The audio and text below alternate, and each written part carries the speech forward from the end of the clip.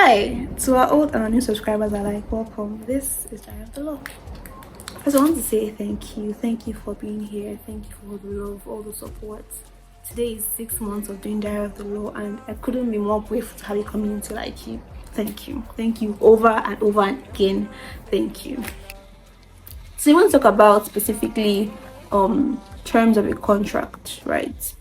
Lots of times enter into contracts either for employment or even to buy biscuits, buy goods and services, things like that basically. And we have contracts, and in every contract we have specific terms that are laid out in the contract, right? I want to talk about them explicitly in this video. So yes, are you ready? Yes. So in every contract we have express and then we have the implied terms, right? Express and terms that are expressly stated, they're expressly, they are written in black and white basically. They are in black and white. And they guide the contractual terms. So in this sense, what it means is that things that are put in contract so plainly that every part of the contract must abide by these particular stipulations are express terms. So for instance, if you want to buy, let's say, a land from someone, you will know how much the price is, you will know how much you're buying the land for, and that's an express term in the contract of buying a land. Now, we also under the express terms we have some subdivisions, right? So we have under that we have what we call conditions, and then we have warranties. Conditions and warranties.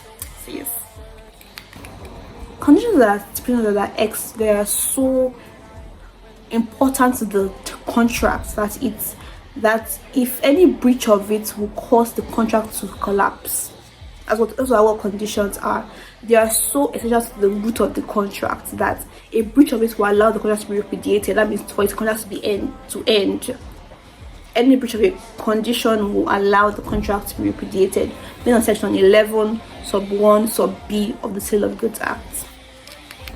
So the breach of a condition, it gives the aggrieved party, either the buyer or the seller, the right to repudiate the contract in its entirety.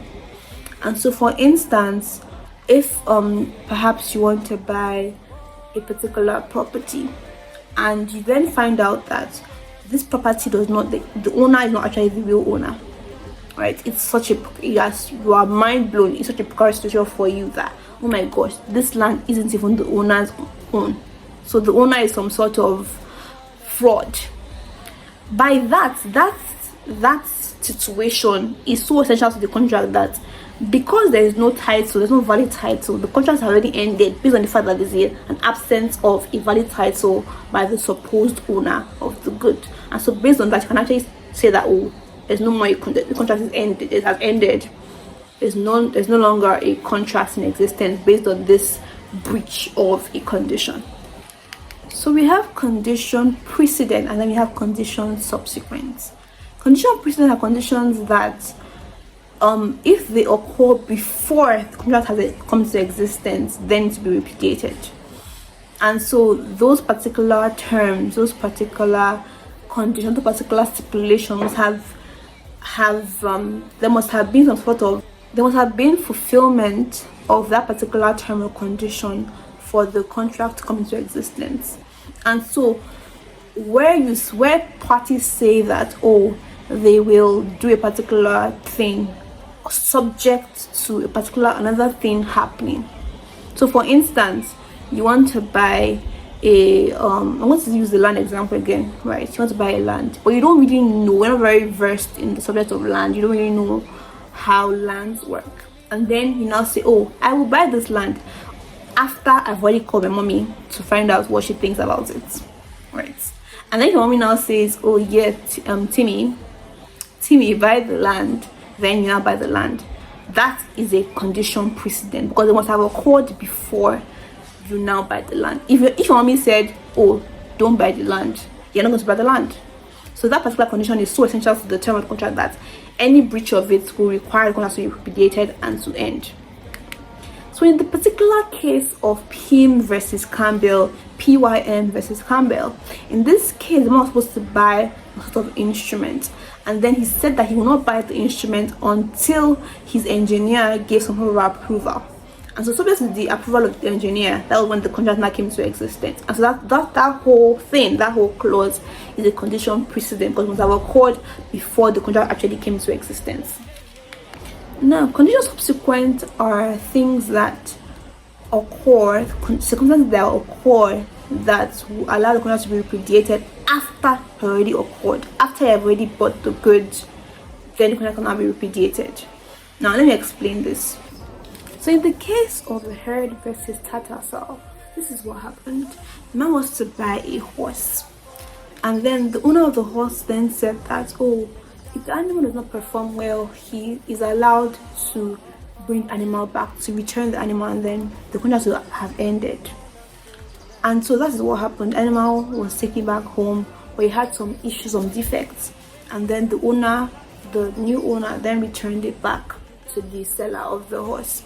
And the court held that by saying that if the animal had issues, it can be returned, that amounted to the condition subsequent, because there was already a contract that had ended and had been done with.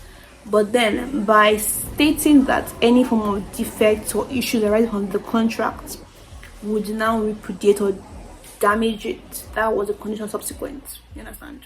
Are you sure? Now, warranties. I know that when you buy property, when you buy things, they say, okay, this thing has a 10-month or a 24-month warranty. But that's not what warranty actually means. That's not what it means. A warranty is a stipulation in the contractual term that is not of such an essence as to repudiate the contract. However, it is possible for it to allow the party that has been aggrieved to recover damages. Does that make any sense? So this means in essence that for a party that has been aggrieved, his remedy when a warranty has been breached is that of damages. But then for a party who has been aggrieved in terms of conditions, he can repudiate the contract, he can end the contract, that can be discharged with.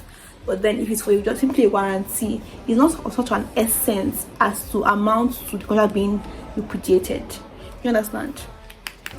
So warranties are sort of subsidiary terms in the contract. So for instance, if you wanted to buy let's say, I'm going to use this as an example. You wanted to buy a red torchlight. And then they gave you a blue torchlight. This is blue, right? They give you a blue torchlight. It's still a torchlight, it's working, it is good, it is, everything is fine with this torchlight, but it is simply blue, but you wanted a red one. The term of it being red or blue, those amount to warranties. Those are warranty terms. But then if someone wanted to buy a torchlight and they gave you this instead, this and this are not the same. If you wanted this and they gave you this, it is a breach of a condition, because the good itself is an essential term of the contract. So a breach of this will announce the contract being repudiated. But then if it is simply subsidiary or elementary or lesser, quote unquote, please use the quote unquote, lesser of goods are not terms are not of such importance, then it will be a warranty breach. You understand? And based on that same section 11(1)(b) of Sale of Goods Act, a breach of a warranty will amount to contract getting the defaulting party to pay damages. You understand? But the contract will still subsist, but damages will be paid.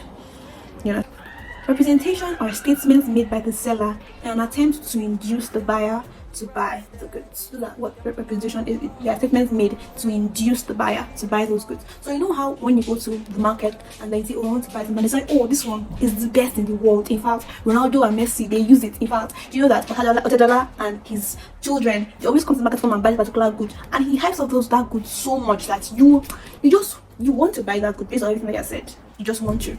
So all that talk, all that hyping, all that, boasting about the product amounts to representation. Now, do you think that representation is legally binding? Is it? What do you think? Let me know. Actually, what do you think? Let me know. So yeah, that's about it for today. Don't forget to like, comment, subscribe, and share. And thank you so much for the last 6 months. I hope to spend another 6 months serving you. And have a great day. Kenny, nice day. With you, I do not feel discomfort. I do not feel bad luck. With you.